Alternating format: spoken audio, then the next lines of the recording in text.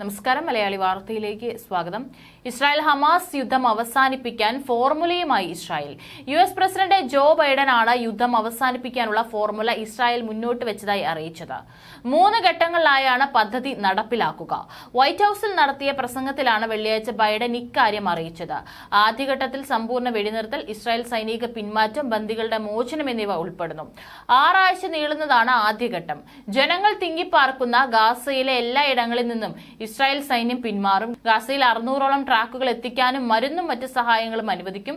ഏതാനും ബന്ദികളെ Hamas മോചിപ്പിക്കണം. Palestinian തടവുകാരെ ഇസ്രായേലും മോചിപ്പിക്കും. കൊല്ലപ്പെട്ട ബന്ദികളുടെ മൃതദേഹങ്ങൾ കൈമാറണം. ഗാസയ്ക്കുള്ളിൽ പലായനം ചെയ്തവർക്ക് അവരുടെ നാട്ടിലേക്ക് മടങ്ങിയെത്താം. ദിവസവും 600 സഹായ ട്രക്കുകൾ ഗാസയിലേക്ക്.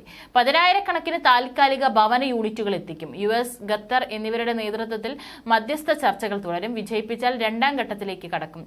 ബാക്കിയുള്ള എല്ലാ ബന്ദികളെയും പുരുഷ പട്ടാളക്കാരെയും മോചിപ്പിക്കുന്നതാണ് 2ാം ഘട്ടം. ഗാസയിൽ നിന്ന് ഇസ്രായേൽ സൈന്യം പിന്മാറുകയും ചെയ്യും. ഗാസയിലെ പുനർനിർമ്മാണം ഉൾപ്പെട്ടതാണ് 3ാം ഘട്ടം.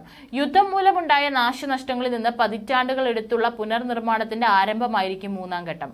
ഇരുകൂട്ടരും വെടിനിർത്തൽ ഉപാധികൾ അംഗീകരിക്കണമെന്നും അമേരിക്കയുടെ നയതന്ത്ര ശ്രമങ്ങളുടെ ഫലമാണ് നിർദ്ദേശങ്ങളെന്നും ബൈഡൻ പറഞ്ഞു. ഇസ്രായേൽ യുദ്ധം അവസാനിപ്പിക്കുകയാണെങ്കിൽ മുഴുവൻ വ്യവസ്ഥകളും അംഗീകരിച്ചുകൊണ്ടുള്ള കരാറിനെ തങ്ങൾ തയ്യാറാണെന്നും മധ്യസ്ഥ ചർച്ചയ്ക്ക് മുൻകൈ എടുക്കുന്നവരെ അറിയിച്ചിട്ടുണ്ടെന്നും ഹമാസ് അറിയിച്ചിരുന്നു.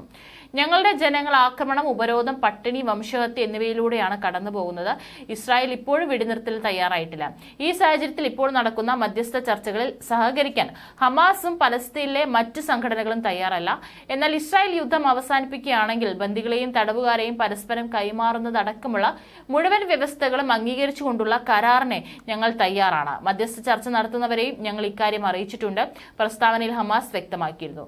ഇതിന് പിന്നാലെയാണ് ബൈഡന്റെ അറിയിപ്പ്. ഗാസയിലെ യുദ്ധം ഇസ്രായേൽ അവസാനിപ്പിച്ചാൽ ബന്ദി കൈമാറ്റം അടക്കം സമാധാന ഉടമ്പടിയിലെത്താൻ തയ്യാറാണെന്ന് ഹമാസ് നേരത്തെ വ്യക്തമാക്കിയിരുന്നു. ഇസ്രായേലിലെ ഗാസ ആക്രമണത്തിൽ 36,000 പലസ്തീൻ പൗരന്മാർ കൊല്ലപ്പെട്ടതായും ഹമാസിന്റെ നിയന്ത്രണത്തിലുള്ള ആരോഗ്യ മന്ത്രാലയം അറിയിച്ചിരുന്നു. അതേസമയം ഇസ്രായേൽ തങ്ങളുടെ ആക്രമണം നിർത്തിയാൽ മുഴുവൻ വ്യവസ്ഥകളും അംഗീകരിച്ചുകൊണ്ടുള്ള കരാറിന് തയ്യാറാണെന്നും ഹമാസ് അറിയിച്ചു. ഈ വിവരം മധ്യസ്ഥ ചർച്ചയ്ക്ക് മുൻകൈ എടുക്കുന്നവരെ അറിയിച്ചിട്ടുണ്ടെന്നും ഹമാസ് വ്യക്തമാക്കി.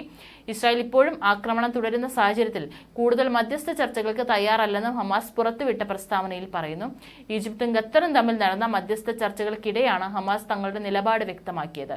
ഇസ്രായേൽ യുദ്ധം നിർത്തിയാൽ ബന്ദികളെയും തടവുകാരെയും പരസ്പരം കൈമാറുന്നത് അടക്കമുള്ള മുഴുവൻ വ്യവസ്ഥകളും അംഗീകരിച്ചുകൊണ്ടുള്ള കരാറിന് തങ്ങൾ തയ്യാറാണെന്നും ഹമാസ് വ്യക്തമാക്കി.